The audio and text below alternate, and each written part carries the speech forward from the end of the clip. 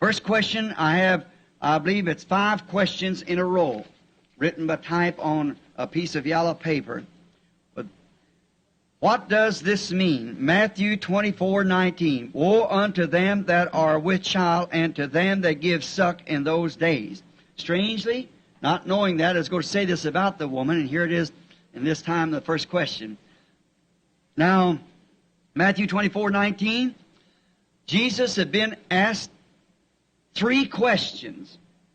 In these questions was that when will the time be there won't be one stone left on another, and what will be the sign of the coming of the end of the world, and 3 different questions he was asked, and he answers it in 3 different ways. Answers each question. When will it be when there won't be one stone upon another? And what will be the sign of your coming? And what is the sign of the end of the world? And he answers it in 3 different ways. He tells them when the time will come, when there won't be one stone upon another, what will be the sign of his coming, and then at the end of the world. And many times, if you don't watch closely now, how that he answers, see, you'll get it mixed up and throw it all in one time, and then you're all mixed up. Now, no disregards to our Adventist brethren who take this literally to be in the future, to get in that subject of the 7th day, that pray also that your flight be not in winter time or on the Sabbath day, that see they'll still be keeping the Sabbath. Not throwing off to those brethren, that wouldn't be Christian-like to do that, but just in order to straighten it up. See, how would the whole Christian world be gathered inside of a wall, and the walls are not open and closed like they are then, see? What difference would it make that whether it was a wintertime or summertime to the people that lived in a tropic zone? See? It was just for Israel alone. That's under the time that there won't be one stone left upon another. Woe unto them that are with child, and to them that give suck in those days. Because a mother that is with child, see, it would be hard for her to run. And to those that are giving suck to their babies to pack them, because they had to come from Jerusalem out of the city up into the mountains of Judea. And now I could just stay all morning on that one thing there, just to make it clear, but I'm just going to try to hit the high spots that I can till it gets to the people, and then go to the next question.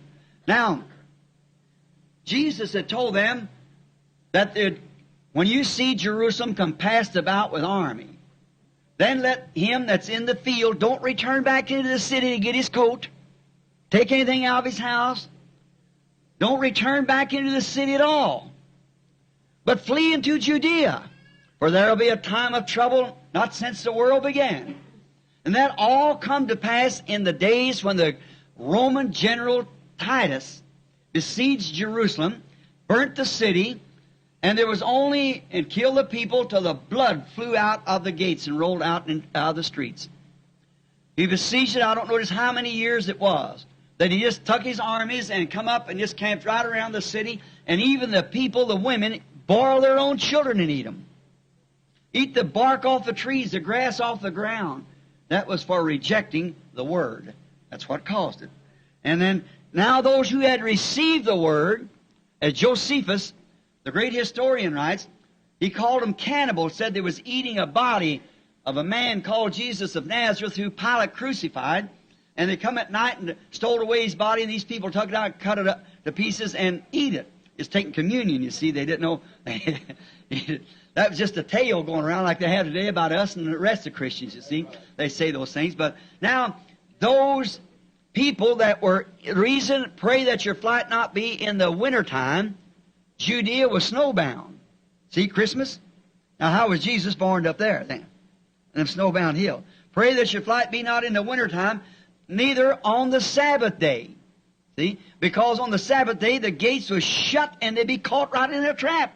If Titus got there on Friday afternoon, they was besieged in there for the Sabbath, because the doors was closed, the gates was closed on the Sabbath and didn't open. There was no coming in and going out of the city on the Sabbath day. And now, you see what happened? Then he said, woe unto them that are with child, and to them that give suck in those days. See? Because fleeing and running, and according to the history, there wasn't one of them that believed in Jesus and believed the Word, but what was watching for that to happen. And they escaped and went from Jerusalem into Judea and fled for their lives, and not one of them, because they were warned by their shepherd and was watching for that hour to come. When they heard Titus is coming, they took off, run for their lives, and got out of the city.